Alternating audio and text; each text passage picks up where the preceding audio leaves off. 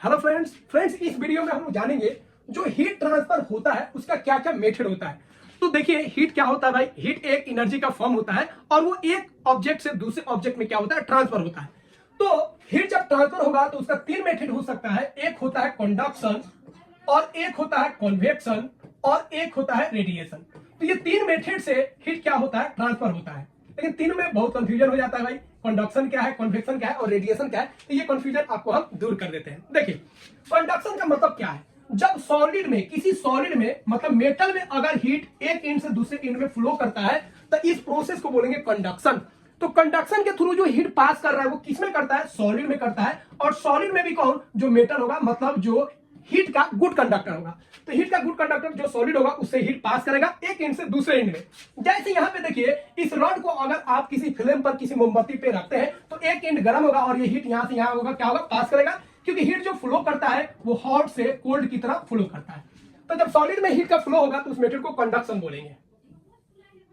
अगला है convection method. देखिए कन्वेक्शन मेथड क्या होता है, कन्वेक्शन मेथड में जो हीट ट्रांसफर होता है वो किसमें होता है, गैस और लिक्विड में।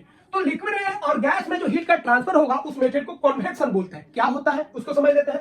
तो मान लीजिए अगर आप पानी को गर्म कर रहे हैं तो इसको जब हीट सप्लाई कीजिएगा तो नीचे वाला पानी गर्म होता है और ये गर्म होकर, मतलब गर्म होकर हल्का हो जाता है तो ये ऊपर चला जाता है। फिर ऊपर का जो ठंडा पानी है वो नीचे आ जाता है। तो पानी जैसे गर्म होगा ऊपर चला जाएगा और ऊपर से ठंडा पानी नीचे आ जाएगा और ये साइकिल ऐसे चलते जाता है जब तक पूरा टेम्परेचर एक समान नहीं हो जाए। उसी तरह एयर की बात करेंगे तो सरफेस जो होता है, अर्थ के सरफेस पे नीचे वाला हवा गर्म होता है, ये ऊपर उठता है और ऊपर से ठंडा हवा नीचे आता है। फिर ये गर्म होता है, फिर ये ऊपर चला जाता है, ऊपर से फिर ठंडा हवा आता है।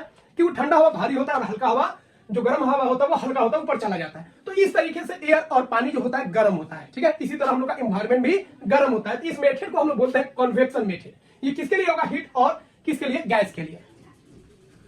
अगला एक मेथड होता है रेडिएशन। रेडिएशन में जो हीट ट्रांसफर होता है, मतलब रेडिएशन के थ्रू अगर कोई ऑब्जेक्ट गर्म हो रहा है तो उसमें कोई मीडियम की आवश्यकता नहीं है।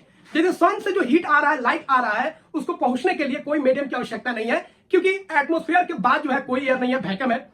तो रेडिएशन के द्वारा अगर कोई ऑब्जेक्ट गर्म हो रहा है तो उसको मीडियम की आवश्यकता नहीं है। ये बिना मीडियम के ही चीजों को, ऑब्जेक्ट को क्या करता है, गर्म कर देता है। जैसे सन से जो लाइट आ रहा है अर्थ पे, बिना मीडियम क्या आ रहा है तो सारा चीज गर्म हो गया। उसी तरह अगर आप आग ताप रहे हैं या कोई चीज गर्म है, उसके आसपास अगर आप हैं तो आपको जो गर्मी लगेगा किसके कारण, रेडिएशन के कारण।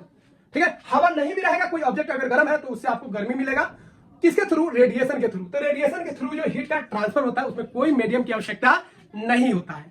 तो फ्रेंड्स आई होप यह वीडियो आपको अच्छा लगा होगा। वीडियो को जरूर लाइक कीजिए और चैनल को सब्सक्राइब कीजिए।